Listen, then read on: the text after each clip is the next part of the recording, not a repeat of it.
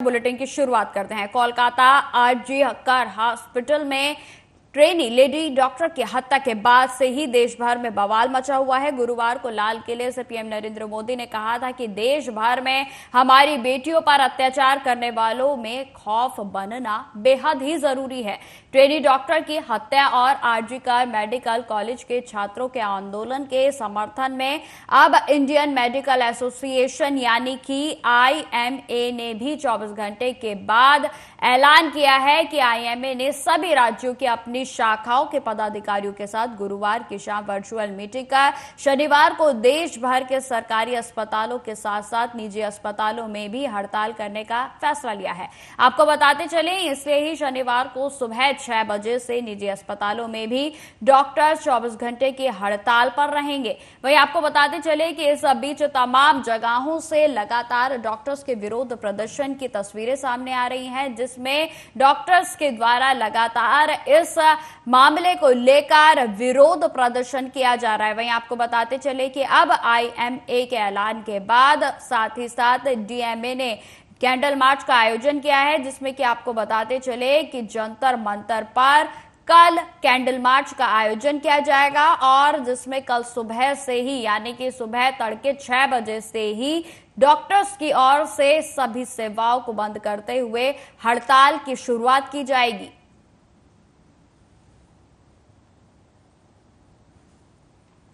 जिस तरीके से इस मामले में लगातार तूल पकड़ा हुआ है, तो आपको बताते चले कि लगातार देश भर में बड़े ही उच्च स्तरीय व्यापी तरीके से डॉक्टर्स इस मामले में अब ठोस कार्रवाई की मांग कर रहे हैं और जिसमें कहीं ना कहीं आपको बताते चले कि निस्संदेह डॉक्टर्स की ओर से लगातार आरोपी संजय के खिलाफ फांसी की मांग की जा रही है और साथ ही साथ डॉक्टर्स को लेकर जो सुरक्षा है उसको लेकर कोई कानून बनाने या फिर किसी तरीके का ठोस कदम उठाने की मांग भी लगातार डॉक्टर्स के द्वारा की जा रही है। आपको बताते चले, दिल्ली के एम्स की बात की जाए, सफदरजंग हॉस्पिटल की बात की जाए या फिर हेडग्वार की, तमाम ऐसे बड़े हॉस्पिटल्स हैं जहां पर रोजाना हजारों की संख्या में मरीजों का इलाज किया जाता है और इतने बड़े जब अस्पतालों में व्यवस्थाएं पूरे तरीके से डॉक्टर्स की तरफ से हड़ताल पर जाने की वजह से अव्यवस्थित हो चुकी हैं और जिसमें कि आपको बताते चले जो तमाम मरीज हैं वो बिना इलाज के ही घर पर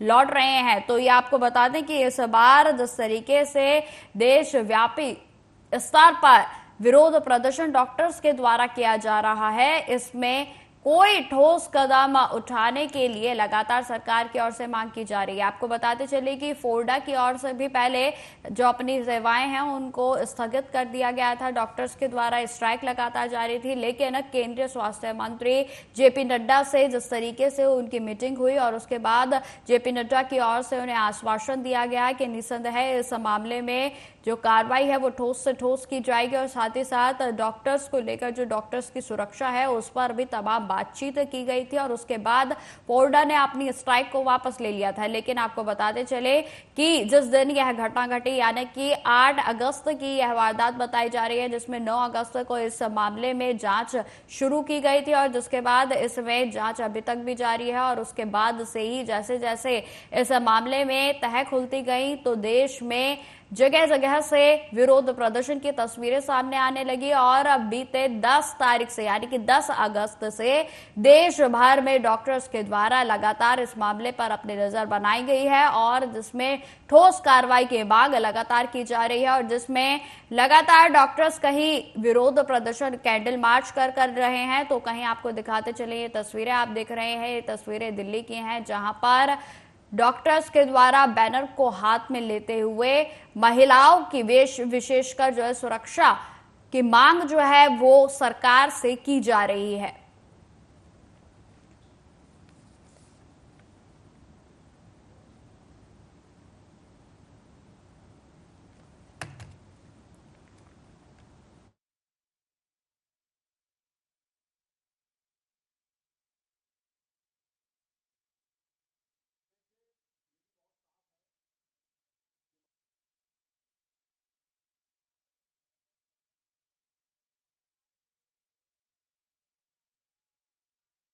ए ने भी हड़ताल का ऐलान कर दिया है, जिसमें कि आगामी शनिवार यानी कि कल पूरे विश्व माफ कीजिए देश में आईएमए के साथ साथ डीएमए ने कैंडल मार्च का आयोजन किया है, जिसमें कि आपको बताते चले कि आज इंडिया गेट पर विरोध प्रदर्शन किया जाएगा, कैंडल मार्च किया जाएगा।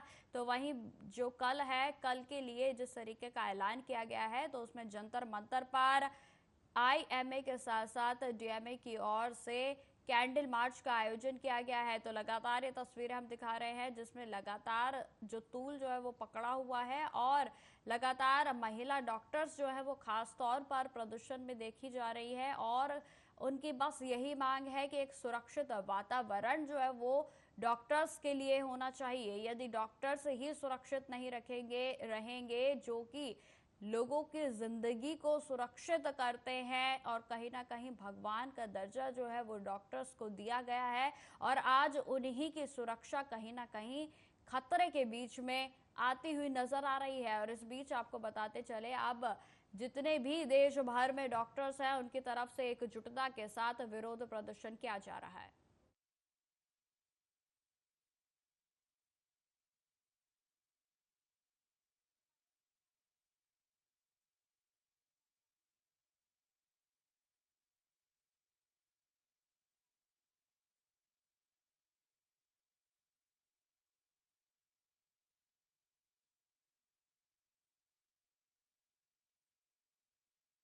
तो आपको बताते चलें कि दिल्ली के अस्पतालों में जो है लगातार विरोध प्रदर्शन जारी है और इसी बीच अब जो बंगाल की बात की जाए या फिर हैदराबाद की, तेलंगाना के हैदराबाद में भी हालात जो है इस समय पूरे तरीके से अव्यवस्थित हैं, क्योंकि आपको बताते चले कि जिस तरीके से आरजी कर हॉस्पिटल और आपको बताते चले कि जिस तरीके से कोलकाता के आरजी कर कॉलेज और अस्पताल में यह भयावह घटना हुई, जिसमें कि 8 अगस्त की रात को एक डॉक्टर की, यानी कि जो कि सेकेंड ईयर की छात्रा थी, उस डॉक्टर की निर्मम हत्या कर दी गई और हत्या से पहले उसके साथ दुष्कर्म किया गया और जिसके बाद उसके निर्मम तरीके से हत्या कर दी गई। इसके बाद से ही लगातार देश में विरोध प्रदर्शन किया जा रहा है और जिसमें पूरे तरीके से जो अस्पतालों में व्यवस्थाएं हैं उनको सीमित कर दिया गया है। आपको बताते चले कि अगर एम्स की बात की जाए तो एम्स में ओपीडी को सीमित कर दिया गया है।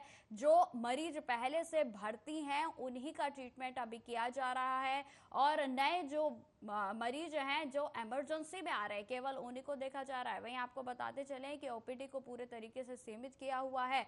तो कहीं ना कहीं पूरे तरीके से डॉक्टर्स का जिस तरीके से विरोध प्रदर्शन लगातार जारी है, तो इसमें इलाज को लेकर जिस तरीके के स्वास्थ्य विभाग की ओर से जो व्यवस्थाएं होती हैं वो पूरे तरीके से अव्यवस्थित हो गई हैं, चरमरा चुकी हैं।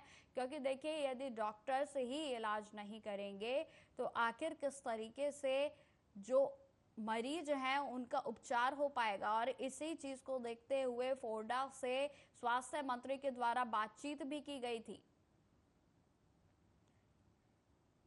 इसी खबर पर अधिक जानकारी के साथ हमारे साथ संवाददाता उत्तर प्रदेश के अलीगढ़ से सैजी सिद्दीकी जुड़ गए हैं। तो सैजी, उत्तर प्रदेश में इन दिनों किस तरीके के हालात बने हुए हैं? क्योंकि देखिए, ये दिल्ली की तस्वीरें जो हैं वो देखने को आ रही हैं कि एम्स जैसे बड़े अस्पतालों में भी जो व्यवस्थाएं हैं उनको सीमित कर दिया गया है। फिलहाल उत्तर प्रदेश में किस तरीके का माहौल है सैजी? जी निकिता, अलीगढ़ जेएनएमसी जवाहरलाल मेडिकल कॉलेज की बात करूं तो जैसे ये घटना हुई थी उसके 2 दिन बाद जब अलीगढ़ जेएनएमसी के ये डॉक्टर द्वारा हड़ताल कर दी गई थी और एक बड़ा प्रदर्शन उनके द्वारा जवाहरलाल मेडिकल कॉलेज से निकलकर अलीगढ़ मुस्लिम विश्वविद्यालय जाकर उन्होंने एक प्रदर्शन किया था। फिर उसके दूसरे दिन जेएन मेडिकल कॉलेज से ही जूनियर डॉक्टर द्वारा कैंडल मार्च निकाला गया और फांसी की सजा की मांग की गई थी। तो ये बहुत बड़ी निंदनीय घटना थी, इस तरीके से घटना हो जाना। और कहीं ना कहीं डॉक्टर का जो पूरा समुदाय है, जो एक समुदाय रोड पर आ गया था। उनका ये भी कहना था कि इसमें सब समुदाय के लोग हमारे साथ आए और हमारी मदद के लिए गुहार लगाए, इंसाफ की मांग करें। ये एक जब डॉक्टर के साथ ही ऐसा होगा तो अन्य आदमी किस तरह कैसे कर पाएंगे, वो भी एक महिला डॉक्टर जो कि एक ऑन ड्यूटी पे थी, उसके साथ इस तरह की घटना हो जाना, ये कहीं ना कहीं भयभीत कर देना गया है। जी निकिता। बिल्कुल सहजी, वहीं अगर बात की जाए जो तमाम अस्पताल हैं वहां पर डॉक्टर्स के द्वारा फिलहाल जो सेवाएं हैं उनको सीमित कर दिया गया है, तो इसको लेकर मरीजों के किस तरीके के हालात हैं उनको लेकर क्या कुछ जानकारी मिल रही है? क्योंकि अभी तक जिस तरीके की जानकारी सामने आ रही है उसमें कई जो मरीज हैं वो घर पर इलाज के बिना ही लौट रहे हैं। सिद्दीकी। जी निकिता, अलीगढ़ जवाहरलाल मेडिकल कॉलेज की बात करूं तो इमरजेंसी चालू है। जो ओपीडी है वो ओपीडी में जूनियर डॉक्टर के द्वारा अभी तक हड़ताल जारी है। तो कहीं अलीगढ़ में कहीं कुछ देखने को ऐसा नहीं मिल रहा है कि ओपीडी जो जूनियर डॉक्टर है उनकी हड़ताल है। जो सीनियर डॉक्टर है वो उनको देख रहे हैं। और मेडिकल इमरजेंसी की बात की जाए तो वो तो सुचारू रूप से चालू है। तो अलीगढ़ में ऐसा कुछ नहीं है कि मरीज लौट कर जा रहे हैं, उनको इलाज मिल पा रहा है। जी सर जी, अगर बात की जाए जैसे कि आपको पता होगा कि डॉक्टर्स की लगातार मांग की जा रही है कि ठोस से ठोस कार्रवाई इस मामले में की जाए, और इसके अलावा उनकी क्या कुछ मांग है? जी निकिता, उनकी मांग है, सबसे पहली मांग है कि सीबीआई की जांच हो। जांच के बाद फांसी की सजा की मांग है। और एक मांग और सबसे बड़ी है, उनका कहना है कि हमें सिक्योरिटी मिलनी चाहिए। सबसे बड़ी सिक्योरिटी उन्होंने अपने कहा है कि हम इलाज करते हैं, 48 घंटे इलाज करते हैं, उसके बाद मरीज हम पर ही उल्टा। बिल्कुल ठीक है सर जी, तमाम जानकारी के लिए आपका बहुत बहुत धन्यवाद। तो जिस तरीके से लगातार हम आप तक अपडेट पहुंचा रहे हैं कि मामले में लगातार तूल पकड़ा जा रहा है, और जिसमें कि आपको यह भी बताते चले कि सीबीआई की ओर से इस मामले में लगातार जांच भी जारी है, जिसमें आरोपी संजय को गिरफ्तार करने के बाद से ही लगातार सबूतों को एकत्रित करने के लिए पुलिस जुट गई है, और जिसमें कार्रवाई भी लगातार जारी है। आपको बताते चले कि डॉक्टर्स की ओर से लगातार आरोपी संजय के खिलाफ फांसी की सजा की मांग की जा रही है, और साथ ही साथ डॉक्टर्स का यही कहना है कि हमें एक सुरक्षित वातावरण चाहिए, और सुरक्षा को लेकर ठोस से ठोस कदम सरकार की ओर से कोई ऐसा कानून या फिर कुछ इस तरीके का करा जाए कि जिससे कि हम सुरक्षित वातावरण महसूस कर सकें। तो ये जो तमाम मांगे हैं उनको लेकर डॉक्टर्स के द्वारा लगातार विरोध प्रदर्शन जारी है, जगह जगह पर कैंडल मार्च भी किया जा रहा है, और जिसमें इस मामले में लगातार मांग की जा रही है कि निष्पक्ष जांच की जाए। और इसी बीच आपको बताते चले कि जिस तरीके से आपको बता दें कि यह विरोध प्रदर्शन जारी है, तो इसी बीच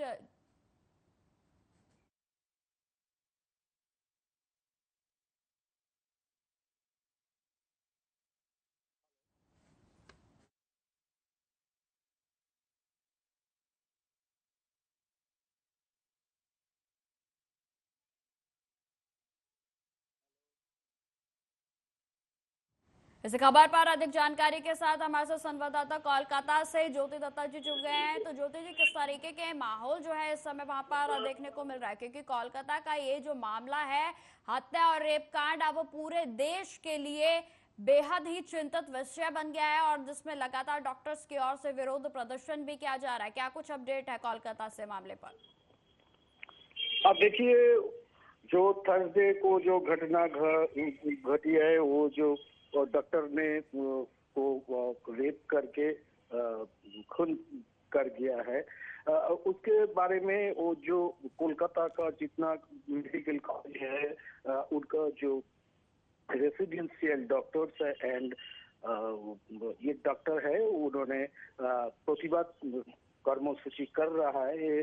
उसका स्ट्राइक चल रहा है अब फ्राइडे से आज तक। आज फ्राइडे है, वो 7 डेज हो गया उसका कर्मविरोधी स्ट्राइक चल रहा है।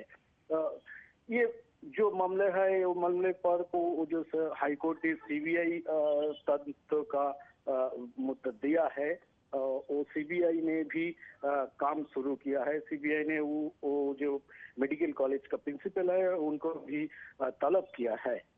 जी दत्ता जी, अगर बात की जाए कोलकाता के अस्पतालों की व्यवस्था की, तो इस समय किस तरीके की व्यवस्था जो है वहां पर संचालित है? हाँ देखिए, बहुत क्योंकि जो अस्पताल चलाती है, वो जो रेसिडेंशियल डॉक्टर ने भी अस्पताल ने काम करते हैं, लेकिन वो जिला से जो पेशेंट आ रहा है कोलकाता का, जो मेडिकल कॉलेज है, वो आरजीकर मेडिकल कॉलेज है, नेशनल मेडिकल कॉलेज है, कोलकाता मेडिकल कॉलेज है, एनआरएस है, एसएसकेएम है, और शंभुनाथ पंडित भी है। तो इसके जो अस्पताल में वो जिला से और लोकल से भी पेशेंट आते हैं, लेकिन क्योंकि ये जो स्ट्राइक जो चल रहा है इसके लिए ओनली इमरजेंसी खुला हुआ है। इमरजेंसी में जो पेशेंट आएगा वही इलाज हो रहा है उसका, लेकिन वो और जो पेशेंट है उसका इलाज नहीं हो रहा है। कि बुधवार को जो परिसर में अस्पताल में परिसर में घुसने के बाद जो तोड़फोड़ की गई थी उस मामले में 9 आरोपियों को गिरफ्तार किया गया था। इस पर क्या कुछ ताजा अपडेट सामने आ रहा है? नहीं, नया कुछ अभी तक नहीं मिला है। वो 9 और 10 आदमी को ओनली और 10 आदमी को अरेस्ट किया गया है, लेकिन आज ने हाई कोर्ट ने पूछताछ किया है ये मामले क्या है। वो 10 और 9 और 10 पर्सन वो अरेस्ट किया है, लेकिन वो जो घटना घटी थी वो घटने में तो वो 2 से 3 हजार आदमी आए थे। तो 2 और 3 हजार आदमी से 9 और 10 आदमी अरेस्ट हुआ, उसमें क्या होगा? वो राज्य सरकार ने क्या सोचे है, ये हाईकोर्ट ने आज पूछताछ किया है। ठीक है दत्ता जी, तमाम जानकारी के लिए आपका बहुत बहुत धन्यवाद। तो आपको बताते चले कि कोलकाता के आरजी का मेडिकल कॉलेज में बुधवार की आधी रात को कुछ लोगों के द्वारा घुसकर वहां पर तोड़फोड़ की गई थी और जिसके बाद तमाम तरीके के जो खबरें हैं वो भी सामने आई थी। आपको बताते चले कि अस्पताल में हुई तोड़फोड़ पर कोलकाता हाई कोर्ट ने आज सख्त टिप्पणी भी की है और जिसमें कोर्ट ने इस घटना पर चिंता जताते हुए राज्य मशीनरी को पूरी तरह से नाकाम बताया है। तो वहीं कोर्ट ने सलाह दी है कि बेहतर होगा कि अस्पताल बंद कर दिए जाएं और अस्पताल में मौजूद मरीजों को किसी दूसरे अस्पताल में शिफ्ट किया जाए। आपको बताते चले कि आरजी कर अस्पताल के नजदीकी पुलिस बैरिकेडिंग को तोड़कर भीड़ परिसर में घुस गई थी और कुछ लोगों ने कुर्सियां और बोर्ड को पूरे तरीके से तहस नहस कर दिया था। और यह घटना तब हुई जब जूनियर डॉक्टर के लिए न्याय की मांग करते हुए बड़ी संख्या में महिलाएं कोलकाता में सड़कों पर प्रदर्शन कर रही थी। वहीं आपको बताते चले कि अस्पताल में हुई तोड़फोड़ को लेकर पुलिस ने भी जानकारी साझा की है कि उसमें 30 से 40 युवक अंदर घुस गए थे और उनके द्वारा तोड़फोड़ की गई थी। तोड़फोड़ करने वाले ये लोग कौन हैं इसका पता अभी तक भी नहीं चल पाया है, क्योंकि भीड़ वो काफी बड़ी संख्या में थी और जिसके बाद उनके द्वारा परिसर में घुसते ही तोड़फोड़ को शुरू कर दिया गया था और साथ ही साथ कई सीसीटीवी कैमरास को भी उनके द्वारा तोड़ दिया गया था। आपको बताते चले कि इस पर अपना प्रश्न यह उठाने के लिए महिलाओं के लिए जो है शांतिपूर्ण आंदोलन ध्यान जो है उनको हटाने के लिए लगातार इस तरीके के कृत्य जो है वो किए जा रहे हैं और जिसमें पुलिस की ओर से 9 लोगों को हिरासत में लिया गया था और मामले में लगातार जांच जारी है। तो वहीं आपको बताते चले कि अब यह हड़ताल रुकने वाले जो इसके आसार हैं वो नजर नहीं आ रहे हैं, क्योंकि अब IMA की ओर से भी बड़ा ऐलान कर दिया गया है जिसमें कल यानी कि शनिवार को एक बड़े स्तर पर कैंडल मार्च का आयोजन किया गया है और पूरे तरीके से सरकारी अस्पतालों के साथ साथ निजी अस्पतालों में भी व्यवस्थाओं को पूरे तरीके से बंद करने की बात कही गई है।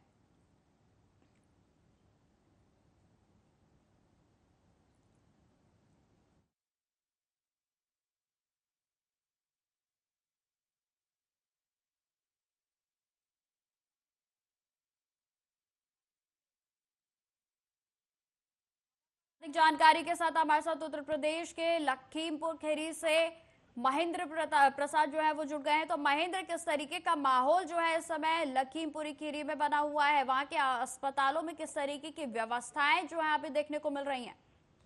जी निकिता, बिल्कुल बता दूं कि लखीमपुर खीरी ही नहीं बल्कि पूरा देश जो है इस घटना को लेकर आक्रोशित है। एक शर्मनाक घटना है और अगर लखीमपुर खीरी की बात करें तो यहाँ का जो जिला अस्पताल है ओएल में, वहाँ डॉक्टरों और कर्मचारियों ने लगातार जो है जोरदार प्रदर्शन जारी रखा है और उनके साथ ही मरीजों और तीमारदार जो हैं वो भी विरोध प्रदर्शन में समर्थन कर नारेबाजी करते नजर आ रहे हैं। और लगातार जो इनकी मांगे हैं ना, वो बलात्कारियों को फांसी देने की मांग करते भी नजर आ रहे हैं। बिल्कुल महेंद्र जी, अगर बात की जाए फांसी की तो मांग लगातार की ही जा रही है, इसके अलावा और कुछ क्या मांग डॉक्टर्स के द्वारा की जा रही है सुरक्षा को लेकर? जी देखिए, लगातार जिस तरीके से मामले डॉक्टरों पर सुनाई देते हैं, न्यूज़ों में आते हैं, इसको लेकर देखिए साफ तौर से डॉक्टरों में जो है आक्रोश देखने को मिल रहा है, चाहे वो कर्मचारी हों चिकित्सा विभाग के, उनमें आक्रोश है, वो आक्रोशित भी हैं और वो आरोपियों की जो है जल्द गिरफ्तारी और फांसी की मांग करते नजर आ रहे हैं। बिल्कुल महेंद्र जी, लखीमपुर जी खीरी में जी कौन कौन से ऐसे अस्पताल हैं जहां पर सेवाओं को सीमित कर दिया गया है? जी देखिए, मुख्य रूप से तो जिला अस्पताल है, बाकी अन्य जो प्राइवेट अस्पताल हैं और जो भी डॉक्टर हैं, चाहे वो सरकारी हों चाहे गैर सरकारी हों, वो सभी जो है विरोध करते भी नजर आ रहे हैं लखीमपुर में। बिल्कुल महेंद्र जी, वहीं अगर जी कल की बात की जाए तो शनिवार के लिए एक देशव्यापी जो है वो कैंडल मार्च करने का ऐलान किया गया है, तो इसको लेकर जी क्या जी कुछ अपडेट है आपके पास? जी लखीमपुर खीरी देखिए, में किस इसको तरीके इसको का लेकर भी जो जी बिल्कुल बिल्कुल बताइए। जी निकिता, देखिए इसको लेकर भी लखीमपुर में जो है व्यवस्था की जा रही है। कैंडल मार्च लखीमपुर में भी शाम को निकाला जाएगा और सभी डॉक्टर्स में भारी आक्रोश है, चाहे वो कर्मचारी हों, और इसका विरोध जो है पूरे देश में हो रहा है। एक बड़ी घटना है, शर्मनाक घटना है। जिस बिल्कुल तरीके से पश्चिम बंगाल मतलब जो है कोलकाता में महिला डॉक्टर के साथ दरिंदगी और रेप की हत्या जैसी खतरनाक घटना हुई है, इसको लेकर जो है सभी डॉक्टरों में जो है भारी आक्रोश है, चाहे वो सरकारी हो चाहे वो गैर सरकारी।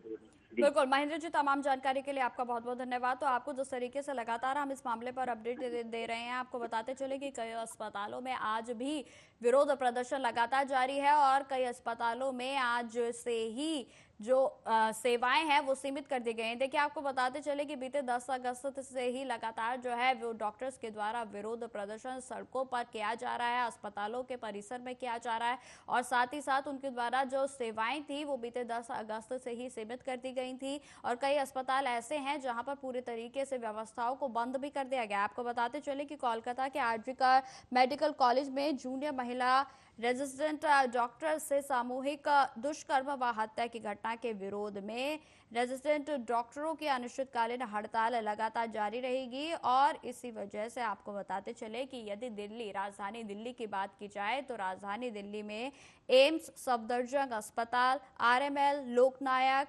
जीबी पंत सहित दिल्ली के सभी सरकारी अस्पतालों में इमरजेंसी को छोड़कर ओपीडी, नियमित सर्जरी व अन्य सभी चिकित्सक सुविधाएं प्रभावित हो रही हैं और उनको सीमित कर दिया गया है। तो कहीं ना कहीं आपको बताते चलें कि जब तक डॉक्टर्स की मांग पूरी नहीं की जाती है या फिर उन्हें एक संतुष्ट आश्वासन सरकार की ओर से नहीं मिलता है, तब तक लगातार डॉक्टर्स का यही कहना है कि विरोध प्रदर्शन जारी रहेगा।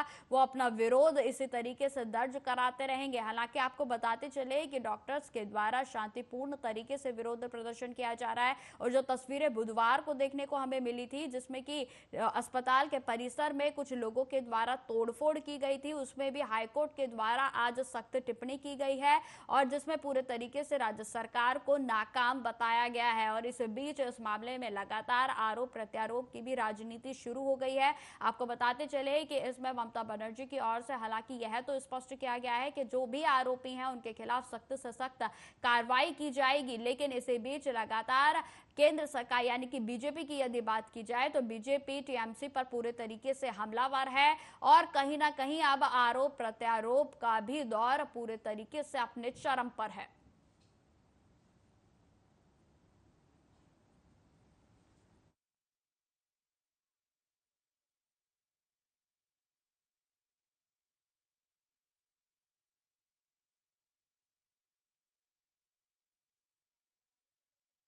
दिल्ली के अस्पतालों में हड़ताल, कई ऐसे अस्पताल हैं जहां पर आज भी जारी है। सरकारी अस्पताल ही नहीं, सिर्फ जो है वो प्राइवेट अस्पतालों में भी अब हड़ताल देखने को मिल रही है और जहां पर सेवाओं को पूरे तरीके से सीमित कर दिया गया है।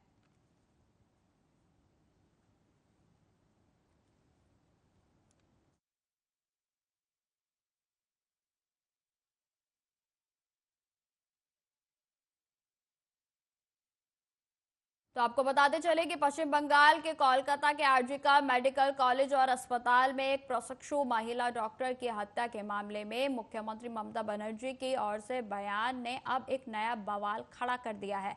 दरअसल आपको बता दें कि आरजी मेडिकल कॉलेज अस्पताल में प्रदर्शन के बीच कुछ अज्ञात प्रदर्शनकारियों ने इमरजेंसी वार्ड में घुसकर तोड़फोड़ की थी और इस तोड़फोड़ में टीएमसी कांग्रेस के गुंडों का हाथ बताया जा रहा है। वहीं आपको यह भी बता दें कि इस बीच सीएम ममता बनर्जी ने इस तोड़फोड़ के लिए वामदल और राम का नाम जो है लेते हुए जिम्मेदार उनको ठहराया था, यानी कि कहीं ना कहीं इनडायरेक्टली जो है टीएमसी की ओर से बीजेपी पर हमला बोला गया। उन्होंने यह कहा कि वामदल पश्चिम बंगाल में अशांति फैलाने के लिए साथ दे रहे हैं और मुख्यमंत्री के इस बयान पर केंद्रीय मंत्री नित्यानंद राय की भी अब प्रतिक्रिया सामने आ गई है। आपको बताते चले कि सीएम ममता बनर्जी की ओर से यह बयान कल दिया गया था और जिसके बाद आज पूरे तरीके से बीजेपी समेत जेडीयू हमलावर हो चुकी है टीएमसी पर और लगातार अब जो आरोप प्रत्यारोप की राजनीति है वो भी इस मामले में अपना तूल पकड़ चुकी है। आपको बताते चले कि बीजेपी की ओर से आरोप लगाया गया है कि हत्या और दुष्कर्म को छिपाने के लिए सीएम ऐसे बयान दे रही हैं और लगातार इसमें कई तरीके की तमाम प्रतिक्रियाएं आई हैं। सबसे पहले मैं आपको ममता बनर्जी का वो बयान सुनाती हूँ जिसकी वजह से यह पूरा बवाल खड़ा हुआ। কোয়েশ্চেনটাও দেখাবেন, তার কারণ আমি কিন্তু নিজে থেকে কিছু রেজ করিনি, আপনারা আমাকে জিজ্ঞেস করছেন, আমি তার উত্তর দিচ্ছি। আমি যতটুকু ইনফরমেশন পেয়েছি, আমি ছাত্রছাত্রীদের কোনো দোষ দিচ্ছি না, বহিরাগত কিছু রাজনৈতিক লোক যারা বাংলায় অশান্তি করতে চান, বাম এবং রাম, তারা একত্রিত হয়ে এই গন্ডগোলটা করেছে। আমার সবচেয়ে খারাপ লাগছে কি জানেন, ঘটনাটা তো দুঃখজনক। আমরা বারবার বলেছি ফাঁসি চাই, আমি তো কালকেও মিছিল করব ফাঁসির দাবিতে। তদন্ত তাড়াতাড়ি হোক, আমরা তো রবিবারের মধ্যে শেষ করব ঠিক করেছিলাম। তা কোর্ট যখন সিবিআইকে দায়িত্ব দিয়েছে, তারা যে সহযোগিতা চাইবে আমরা করব এবং আমরা সমস্ত ডকুমেন্ট দিয়েছি। যেগুলো কিছু কিছু লিক করা হচ্ছে সেটা আমাদের পুলিশ যখন এনকোয়ারি করছিল কিছু লিক হয়নি, কারণ সুপ্রিম কোর্টের একটা ইনস্ট্রাকশন আছে, মৃতদেহের ছবি বা তার নাম বা মিডিয়া ট্রায়াল যতক্ষণ পর্যন্ত এনকোয়ারি শেষ না হচ্ছে ততক্ষণ করা যায় না। তাও আমরা কাল দেখেছি। আমার কথা হচ্ছে মৃত্যুটা খুবই বেদনাদায়ক, তার পরিবারের প্রতি আমার পুরো সমবেদনা আছে। আমি কেন, আমাদের বাংলার সকলের, সারা দেশের সকলের। কখনো কখনো একাত্রা ঘটনা ঘটে যায়, এটা একটা সামাজিক ব্যাধি এবং এরা সমাজের শত্রু, এরা কেউ বন্ধু নয়। সেই জিনিসটাকে আমরা কখনো সমর্থন করি না, করতে পারি না। কালকে উত্তরপ্রদেশেও সেম জিনিস ঘটেছে, একটা দলিত মেয়ের উপরে। তার দুদিন আগে মধ্যপ্রদেশেও ঘটেছে। এর আগে আপনারা দেখেছেন হাতরাসও ঘটেছে, বিলকিস বানুর ওখানেও হয়েছে, সাক্ষীর ওপর হয়েছে যে রেসলার। এরকম অনেক কেস, উন্নাও থেকে শুরু করে সব জীবন্ত জ্বালিয়ে দেওয়া হয়েছে। এই কেসগুলো আমি মনে করি যারা भाई सरकार आपकी है ना, वहाँ पर ये जिम्मेदारी ममता बनर्जी जी की खुद की बनती है ना, उनकी सरकार।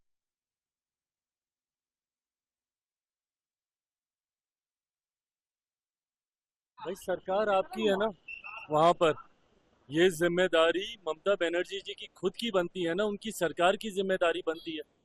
पहले तो जो घटना घटी उसको रोकने में आप पूरी तरीके से नाकामयाब रही। आपकी सरकार, आपका शासन, आपका प्रशासन पूरी तरीके से नाकामयाब रहा। आपके रहते हुए, एक महिला मुख्यमंत्री के रहते हुए इस तरीके की घृणित घटना को वहां पे अंजाम दिया गया। उसके बाद सबूतों को मिटाने की सोच के साथ आधी रात के बाद जिस तरीके से हजारों की संख्या में असामाजिक तत्व वहां पर घुसे, जिस तरीके से उन्होंने तोड़फोड़ वहां पर करने का काम किया, ये अपने में दर्शाता है कि कोई तो है जो किसी को बचाना चाहता। और ये जिम्मेदारी राज्य सरकार, उनके प्रशासन की भी बनती है पूरी तरीके से कि एविडेंसेस के साथ किसी तरीके का कोई छेड़छाड़ नहीं हो। ऐसे में दूसरे के ऊपर आरोप प्रत्यारोप लगाने की बजाय पश्चिम बंगाल की मुख्यमंत्री इस बात को सुनिश्चित करें कि सीबीआई जांच में किसी तरीके का कोई विघ्न, कोई बाधा नहीं हो, किसी तरीके से भी एविडेंसेस के साथ कोई भी टेम्परिंग नहीं हो। प्राथमिकता मुख्यमंत्री जी की ये होनी चाहिए, ना कि आरोप प्रत्यारोप लगाने की। कि बंगाल की सरकार ने हमारी एक बहन डॉक्टर के साथ होने वाली घटनाओं को छिपाने के लिए लगातार गलत रास्ते पे जा रहे हैं। बेहतर होता कि उस घटना के बारे में कठोर एक्शन लेके डॉक्टरों का मन जीतते। ये गलत बात है, इससे बचना चाहिए। कुल मिलाकर के सरकार का मतलब ही होता है कि सरकार अपने सभी विभागों की भी संरक्षण करे, व्यवस्थाओं के लगे लोगों की चिंता करे, उनकी सुरक्षा की चिंता करे, बजाय उसमें राजनीतिकरण करने के। मुझे लगता है कि टीएमसी इसमें विचार करेगी और अपने उस व्यवहार को लिए माफ। देखिए, ये भी बहुत साफ है कि ममता बनर्जी जी के बयान के जवाब में सिर्फ इतना कहूंगा कि इसमें उनकी वोट बैंक की सियासत है, क्योंकि 2021 के विधानसभा चुनाव में उनके जो मुख्य रणनीतिकार थे, जो ऑफिशियली उनके पॉलिटिकल स्ट्रेटजिस्ट थे, उनका बयान था कि हमारी तो गिनती ही 30% से शुरू होती है। अब सारे प्रबुद्ध लोग समझते हैं कि 30% से गिनती शुरू होने का मतलब क्या है, और बस उसी से इस बयान का अर्थ स्वयं निकाला जा सकता है कि किसके प्रति नफरत और किसके प्रति मोहब्बत उनके दिल में है। देखिए,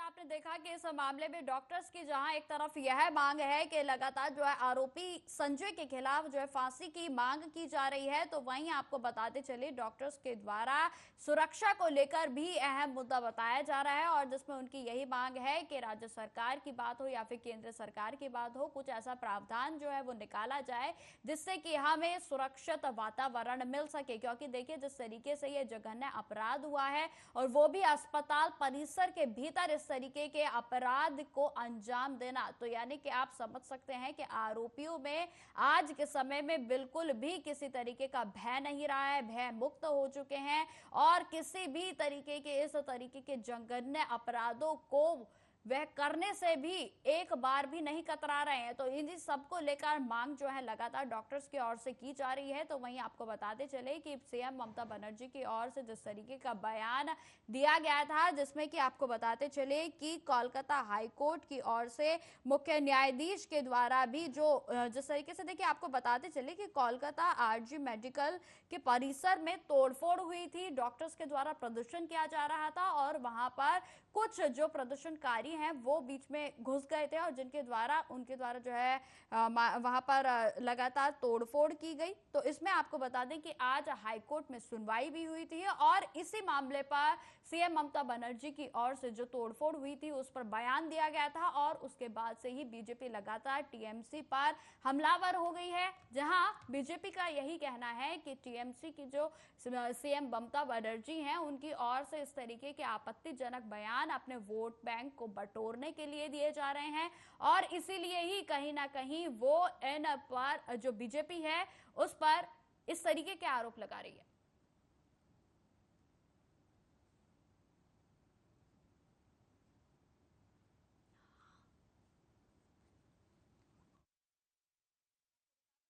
कि कोलकाता हाईकोर्ट ने आरजी का मेडिकल और अस्पताल के परिसर में हुई तोड़फोड़ और डॉक्टरों से मारपीट के मुद्दे पर शुक्रवार यानी कि आज संज्ञान लिया। इस पर आज सुनवाई हुई थी और जिसमें कोर्ट ने इस मुद्दे पर बंगाल सरकार को जमकर फटकार लगाई है और उन्होंने स्पष्ट कर दिया है कि सरकारी मशीनरी पूरे तरीके से नाकाम है। आपको बताते चले कि कोलकाता हाईकोर्ट के मुख्य न्यायाधीश ने यह भी कहा है कि इस मामले को कोर्ट ने एक अस्पताल में तोड़फोड़ से जुड़ा एक ईमेल मिलने के बाद लिया है। उच्च न्यायालय का कहना है कि यह पूरी तरह से राज्य मशीनरी की नाकामी है। मौके पर पुलिस बल मौजूद था, इसके बावजूद वह अपने ही लोगों को नहीं बचा पाए। यह दुखद स्थिति है। आखिर कैसे ये डॉक्टर बिना डर के काम कर रहे। तो ये आप बता दें कि इस बार जो है अब जो हाईकोर्ट में आज सुनवाई हुई है तो उसमें कहीं ना कहीं टीएमसी सरकार के लिए अब मुश्किलें और भी बढ़ती हुई नजर आ रही है, क्योंकि लगातार कोर्ट की ओर से भी अब टीएमसी यानी कि ममता बनर्जी की सरकार पर कई तरीके के सवाल खड़े कर दिए गए हैं और सुरक्षा व्यवस्था को लेकर जमकर टीएमसी को हाईकोर्ट की ओर से भी फटकार लगाई गई। आपको बताते चले हाईकोर्ट में आगे यह भी कहा गया कि आप सीआरपीसी की धारा 144 कभी भी लगा देते हैं, लेकिन जब इतनी सारी चीजें अस्पताल के पास चल रही हैं तो कम से कम पूरे क्षेत्र की घेराबंदी करनी चाहिए थी। चीफ जस्टिस ने आगे यह भी कहा कि किसी भी जगह पर आखिर 7,000 लोग ऐसे ही तो चलकर नहीं आ जाएंगे। जाहिर सी बात है 7,000 लोगों के आने की वहां पर पुष्टि की जा रही है, जिसमें कि तमाम जानकारियां जो सामने आई हैं और जिस तरीके से तोड़फोड़ की गई थी, तो उस परिसर को देखते हुए भी कहीं ना कहीं जो है काफी बड़ी संख्या में जो लोग थे वो उसमें नजर आ रहे थे। और जिसके बाद आज हाईकोर्ट में इस पर सुनवाई की गई और जिसमें लगातार टीएमसी सरकार को फटकार हाईकोर्ट की ओर से लगाई गई है। आपको बताते चले कि मामला सीबीआई के और हस्तांतरित कर दिया गया है। सीबीआई इसमें लगातार कार्रवाई कर रही है और आरोपी संजय के ऊपर जिस तरीके से आपको बताते चले कि जो ब्लूटूथ डिवाइस वहां से बरामद किया गया था, उसके बाद पुलिस के द्वारा आरोपी तक पहुंचना बेहद ही आसान हो गया था और उसी यह ब्लूटूथ डिवाइस की मदद से संजय की गिरफ्तारी हो पाई थी। और हालांकि आपको बताते चले कि इस मामले के कुछ दिन बाद ही आरोपी संजय तक पुलिस पहुंच गई थी और आरोपी को गिरफ्तार भी कर लिया गया था।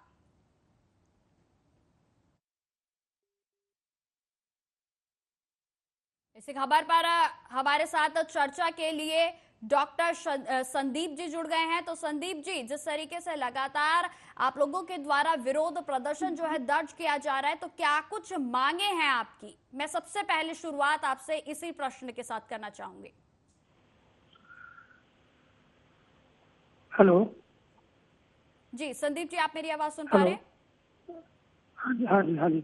संदीप जी, आपका आर्य न्यूज पर बहुत बहुत है। स्वागत है। मैं आपसे यही प्रश्न जो है वो शुरुआत में लेना चाहूंगी कि क्या कुछ तमाम ऐसी मांगे हैं जिनको लेकर आपकी ओर से विरोध प्रदर्शन किया जा रहा है? संदीप जी।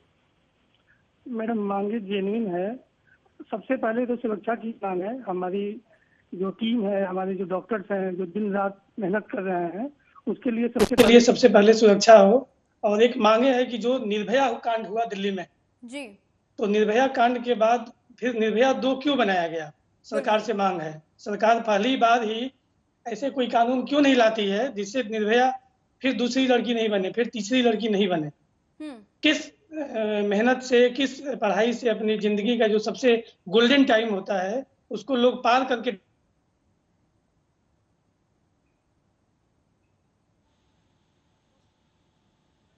बिल्कुल, तो लगातार बिल्कुल बिल्कुल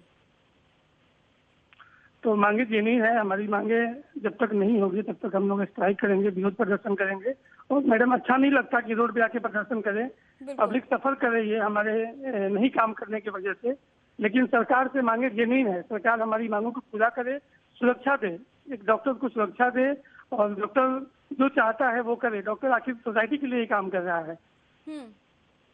संदीप जी, आपको क्या लगता है कि जिस तरीके से डॉक्टर्स यानी कि आप लोगों के द्वारा विरोध प्रदर्शन किया जा रहा है, तो इससे राज्य सरकार की बात हो या फिर केंद्र सरकार की बात हो, जो अभी तक कोई ठोस कदम नहीं ले पाई हैं, तो क्या अब इस प्रदर्शन से उन पर किसी तरीके का प्रभाव पड़ेगा?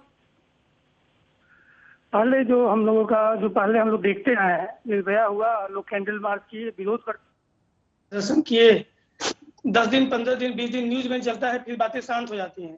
सारी सरकार जगती है कुछ दिनों के लिए, फिर पॉलिटिक्स होता है, पॉलिटिक्स होने के बाद से मामला शांत हो जाती है।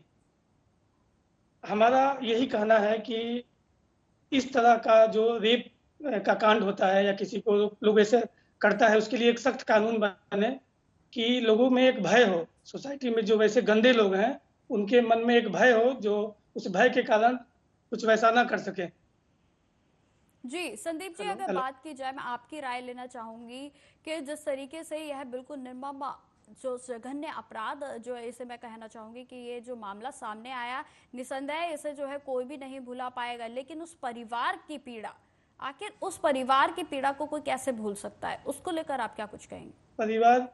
परिवार की जहां तक बात है, उस दर्द को हम लोग बयान नहीं कर सकते। जिसके ऊपर बीती है वो समझ सकता है इस बात को।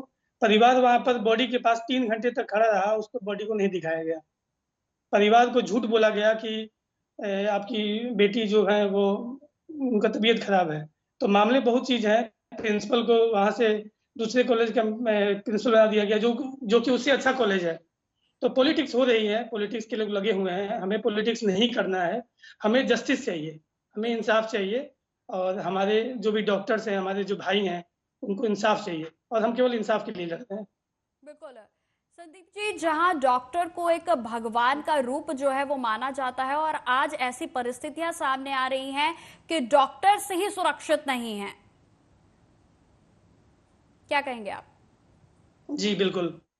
जी बिल्कुल, डॉक्टर सुरक्षित नहीं है। डॉक्टर किस परिस्थिति में अपना 24 घंटा काम करता है, दिन रात एक करके काम कर रहा है। जो भी रेजिडेंट डॉक्टर थी, वह थक करके जाकर के ऊपर सो रही थी। ठीक है संदीप जी, हमारे साथ जुड़ने के लिए आपका बहुत बहुत धन्यवाद, अपना जी, जी। समय देने के लिए बहुत जी, बहुत जी। धन्यवाद। तो आपने सुना कि जिस थैंक तरीके यू से मैडम। लगातार थैंक डॉक्टर्स की ओर से यही मांग है कि जो आरोपी है उसको फांसी दी जाए और साथ ही साथ डॉक्टर्स के लिए कुछ इस तरीके के कानूनों का प्रावधान किया जाए जिससे कि डॉक्टर्स को एक सुरक्षित माहौल मिल सके।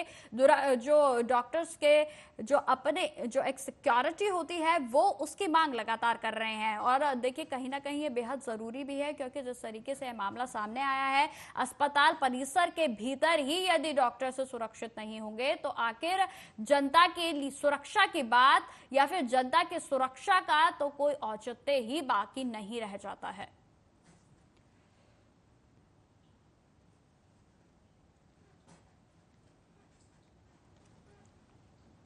तो लगातार इस मामले पर हम आपको अपडेट दे रहे हैं, जिसमें कि आपको बताते चले कि मामले में लगातार कार्रवाई की जा रही है। वहीं देखिए आरोपी संजय की गिरफ्तारी के बाद से ही अब सीबीआई की ओर से जांच जारी है। तो वहीं यदि परिसर में हुई तोड़फोड़ के मामले की बात की जाए तो उस मामले में भी अभी तक 9 लोगों को हिरासत में ले लिया गया है और जिसमें लगातार उसमें भी पुलिस की कार्रवाई जो है जारी है। आपको बताते चलें कि विरोध प्रदर्शन को बढ़ाते हुए शनिवार के लिए आईएमए के साथ साथ डीएमए की ओर से बड़ी घोषणा की गई है, जिसमें कि ऐलान करते हुए शनिवार के लिए एक बड़े कैंडल मार्च यानी कि देशव्यापी कैंडल मार्च का आयोजन किया गया है, जिसमें कि आपको बताते चले कि दिल्ली के अस्पतालों में भी सुबह से ही हड़ताल जो है वो शुरू हो जाएगी।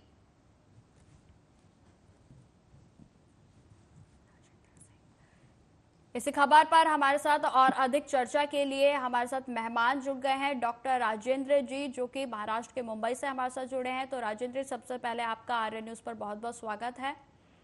धन्यवाद जी राजेंद्र जी, जिस तरीके की बिल्कुल राजेंद्र जी, जिस तरीके का ये मामला सामने आया है बिल्कुल निसंदेह बेहद ही दुखद है। सबसे पहले मैं आप पर इसकी प्रतिक्रिया जो है आपसे लेना चाहूंगी कि आप इस पर क्या कहना चाहेंगे, आपके क्या विचार हैं? डॉक्टर मैं कहना चाहूंगा कि किसी भी डॉक्टर के ऊपर कोई किसी भी तरह का अत्याचार या आक्रमण, और खासकर महिला डॉक्टर के ऊपर जिस तरीके की घृणित वारदातें हुई है उसकी देश में हर जगह निंदा हो रही है, होनी भी चाहिए। और कानूनी तौर पर उनको सख्त से सख्त सजा देकर ये देश में एक मैसेज भेजना जरूरी है कि डॉक्टरों के ऊपर, खासकर महिला डॉक्टरों के ऊपर किसी भी तरीके की दरिंदगी बर्दाश्त नहीं की जाएगी। तभी जाके डॉक्टरों में कॉन्फिडेंस निर्माण होगा, क्योंकि डॉक्टर दूसरा भगवान माना जाता है। तो अगर डॉक्टर समाज से दूर हो जाएंगे तो फिर समाज की मरीजों की सेवा कौन करेगा? तो कुछ बिल्कुल राजेंद्र जी, आपने बिल्कुल पूरे समाज को तकलीफ हो रही है। जी राजेंद्र जी, क्या तमाम मांगे हैं जो कि आप केंद्र सरकार से कर रहे हैं या फिर राज्य सरकार से आप कर रहे हैं कि जिनकी वजह से डॉक्टर्स को एक सुरक्षित माहौल मिल सकेगा? जी देखिए, इसमें डॉक्टर को प्रोटेक्शन मिलना चाहिए। डॉक्टरों के ऊपर जो आक्रमण की घटनाएं देश में बढ़ी हैं, तो इसमें आपको कानूनी रूप से सख्त प्रावधान होने चाहिए कि सख्त से सख्त सजा हो, जिससे कि दूसरे लोग भी इस तरह नहीं कर सकें।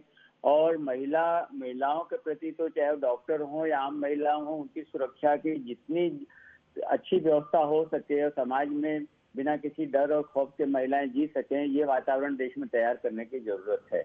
बिल्कुल राजेंद्र जी, अगर बात की जाए जिस तरीके से लगातार जो सेवाएं हैं वो अस्पतालों में डॉक्टर्स की ओर से यानी कि आप लोगों की ओर से उन्हें सीमित कर दिया गया है, तो क्या लगता है कि कहां तक जो है वो सरकार अब जो नींद सोई हुई थी वो नींद उनकी खुलेगी या फिर कोई ठोस कार्रवाई जो है वो क्या की जाएगी? आपको क्या लगता है? देखिए, पूरे देश में डॉक्टर जो है भय के वातावरण में जी रहे हैं और वो ये चाहते हैं कि भाई उन्हें सुरक्षा का वातावरण मिले, जिससे कि जो कैरियर उन्होंने चुना है उस कैरियर में देश की सेवा, मरीजों की सेवा कर सके बिना किसी डर के, बिना किसी खौफ के। तो सरकार को ये विश्वास तो होना, चाहे राज्य सरकार हो या केंद्र सरकार हो, डॉक्टरों को विश्वास तो दिलाना पड़ेगा कि भाई आप अपना काम करते रहिए, हम आपके साथ पूरी तरह से हर तरीके की सुरक्षा में आपके लिए हम खड़े हैं। बिल्कुल राजेंद्र जी, मेरा आखिरी सवाल है आपसे, मैं ये जानना चाहूंगी कि जिस तरीके से लगातार आप लोगों के द्वारा प्रदर्शन जारी है, विरोध प्रदर्शन किया जा रहा है, तो ये कब तक जो है इस तरीके से चलता रहेगा? नहीं, कल मुझे ऐसा लगता है कि आईएमए ने पूरे देश में डॉक्टरों की एक हड़ताल की है, तो डॉक्टर्स भी चाहते हैं कि लोगों की सेवा करें, लेकिन थोड़ा वो आश्वासन तो केंद्र सरकार और राज्य सरकारों से चाहेंगे। सिर्फ वेस्ट बंगाल नहीं जहाँ घटना हुई है, बाकी भी जहाँ घटनाएं जहाँ होते रहती हैं, तो हर सरकार ये डॉक्टरों को आश्वस्त करे कि भाई आपकी सुरक्षा हमारी जवाबदारी है और हम किसी भी तरीके से आपकी सुरक्षा में कोई खामी नहीं होने देंगे। ये विश्वास ही डॉक्टर चाहते हैं और मुझे ऐसा आशा है कि केंद्र सरकार और राज्य सरकार सभी मिलकर डॉक्टरों को इतना तो आश्वासन देने में सफल होंगी, इतना तो उनको भरोसा दिलाएंगे कि भाई हम आपके साथ खड़े हैं। बिल्कुल राजेंद्र जी, हमारे साथ जुड़ने के लिए आपका बहुत बहुत धन्यवाद। तो जिस तरीके से लगातार हम आपको ये तस्वीरें दिखा रहे हैं जिसमें पल पल की अपडेट हम आप तक पहुंचा रहे हैं कि किस तरीके से कोलकाता के भीतर या कोलकाता के अस्पताल में हुआ यह जघन्य अपराध अब पूरे देश में चर्चा का विषय बन चुका है। फिलहाल खबरों में आगे बढ़ते हैं। खबरों में आगे बढ़ते हुए मैं आपको सबसे पहले बता दूं कि आज देश के पूर्व प्रधानमंत्री और बीजेपी के दिग्गज नेता अटल बिहारी वाजपेयी जी यानी कि शुक्रवार आज के दिन 16 अगस्त को उनकी पुण्यतिथि है। इस मौके पर बीजेपी नेताओं ने उनके समाधि स्थल सदैव अटल पर पहुंचकर उन्हें श्रद्धांजलि अर्पित की। प्रधानमंत्री नरेंद्र मोदी, लोकसभा के स्पीकर ओम बिरला, हरियाणा के पूर्व मुख्यमंत्री और केंद्रीय मंत्री मनोहर लाल ने सदैव अटल पहुंचकर पूर्व पीएम को श्रद्धांजलि अर्पित की। आपको बताते चले कि अटल बिहारी वाजपेयी का देहांत 16 अगस्त 2018 को दिल्ली में हुआ था। उनका जन्म 1924 को ग्वालियर में हुआ था और वह प्रधानमंत्री के तौर पर अपना कार्यकाल पूरा करने वाले पहले गैर कांग्रेसी पीएम भी थे। तो ये तमाम तस्वीरें हम आपको दिखा रहे हैं जिसमें कि आज सुबह ही सभी जो बीजेपी के जो बड़े दिग्गज नेताएं हैं उनके द्वारा अटल बिहारी वाजपेयी जी को उनके पुण्यतिथि पर श्रद्धांजलि अर्पित की गई। आप पहली तस्वीर में देख सकते हैं मनोहर लाल खट्टर भी वहां पर पहुंचे, जहां ओम बिरला भी वहां पर उनके द्वारा श्रद्धांजलि अर्पित की गई और जिसमें द्रौपदी मुर्मू जी के द्वारा भी, राष्ट्रपति हैं जो कि हमारे भारत की, उनके द्वारा श्रद्धांजलि अर्पित की गई। साथ ही साथ पीएम नरेंद्र मोदी भी वहां पर पहुंचे और सीएम योगी आदित्यनाथ के भी द्वारा आज उन्हें श्रद्धांजलि अर्पित की गई। वहीं आपको एक तस्वीर हम बता दें कि राजनाथ सिंह के द्वारा, जो कि हमारे रक्षा मंत्री हैं, उनके द्वारा भी उन्हें श्रद्धांजलि अर्पित की गई।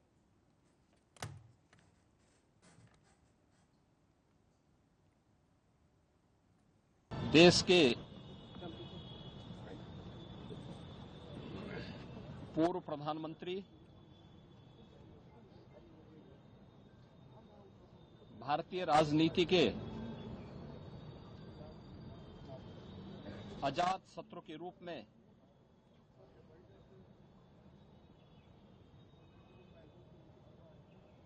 एक सर्वमान्य चेहरे के रूप में जिनकी पहचान थी, ऐसे सरदेव अटल बिहारी वाजपेयी जी की आज छठी पुण्यतिथि है। इस अवसर पर प्रदेश की जनता की ओर से, उत्तर प्रदेश शासन की ओर से सरदेव अटल जी की स्मृतियों को नमन करते हुए हम विनम्र श्रद्धांजलि अर्पित करते हैं। हम सब जानते हैं कि सरदेव अटल जी का जो पैतृक गांव है वह उत्तर प्रदेश के आगरा जनपद के बटेसर में पड़ता है। उन्होंने अपनी उच्च शिक्षा उत्तर प्रदेश के कानपुर में रहकर के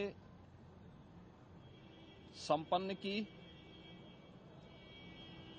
और कर्मभूमि के रूप में अपने पैतृक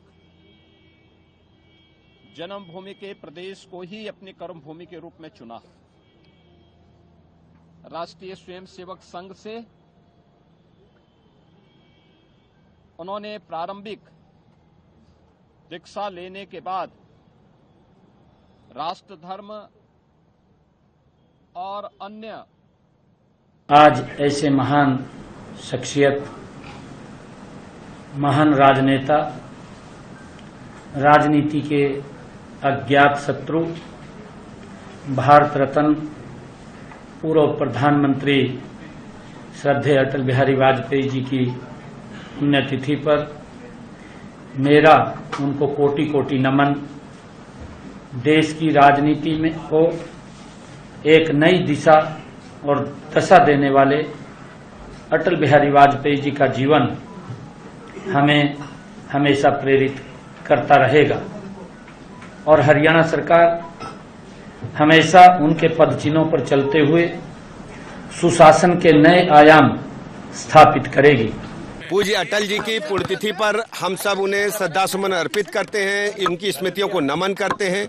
आज पूरा देश उन्हें नमन कर रहा, श्रद्धासुमन अर्पित कर रहा है। उत्तर प्रदेश वासियों की तरफ से मैं पूज्य अटल जी के शीश चरणों में श्रद्धासुमन पुनः अर्पित। फ्रांस की राजधानी पेरिस में 26 जुलाई से 11 अगस्त तक इस बार ओलंपिक खेलों का आयोजन किया गया था और जिसमें भारत 1 सिल्वर के साथ 5 ब्रॉन्ज मेडल को अपने नाम उनके द्वारा किया गया। वहीं आपको बताते चलें कि पेरिस ओलंपिक में कुल 117 भारतीय एथलीट्स का दल गया था और जिनके देश वापस लौटने के बाद 15 अगस्त को प्रधानमंत्री नरेंद्र मोदी ने उनसे मुलाकात भी की और उनके अनुभवों के बारे में भी जाना। पीएम नरेंद्र मोदी ने एथलीट्सों से बातचीत करते हुए कहा कि आप देश का झंडा ऊंचा कर आए हैं और हमें ये सोचना नहीं है कि हम पीछे रह गए, बल्कि हम बहुत कुछ सीख कर आए हैं। पीएम नरेंद्र मोदी ने पेरिस ओलंपिक 2024 में खिलाड़ियों के साथ बातचीत भी की।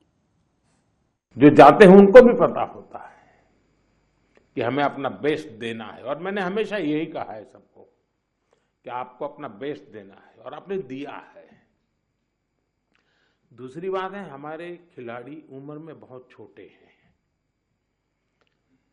और अभी से ये अनुभव मिला है तो आगे हमारे पास एक लंबी समय है अधिक अचीव करने का और वो आप जरूर करेंगे। इस अनुभव का लाभ देश को मिलेगा। साथियों, पेरिस ओलंपिक्स भारत के लिए कई मायनों में ऐतिहासिक रहा है। इस ओलंपिक्स में देश के लिए जो रिकॉर्ड्स बने वो देश के कोटि कोटि नौजवानों को प्रेरणा देंगे।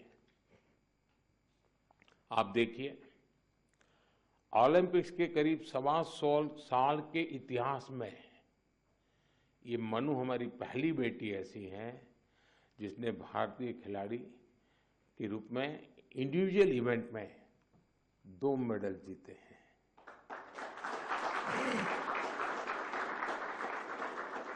हमारा नीरज पहला ऐसा भारतीय खिलाड़ी है जिन्होंने इंडिविजुअल इवेंट में गोल्ड और सिल्वर जीते। हॉकी में भारत ने 52 साल बाद लगातार 2 बार मेडल जीते कंटिन्यूसली। अमन ने केवल 21 साल की उम्र में मेडल जीत करके देश को बिल्कुल इतना प्रसन्न कर दिया है और अमन के जीवन के विषय में आज देश जानने लगा है तो उनको लग रहा है कि भाई व्यक्तिगत जीवन की कठिनाइयों से भी इंसान अपनी यात्रा को, स्वप्न को, संकल्प को सिद्ध कर सकता है। तो फिलहाल इस बुलेटिन में इतना ही। देश दुनिया की तमाम खबरों की जानकारी के लिए बने रहे हमारे साथ। नमस्कार।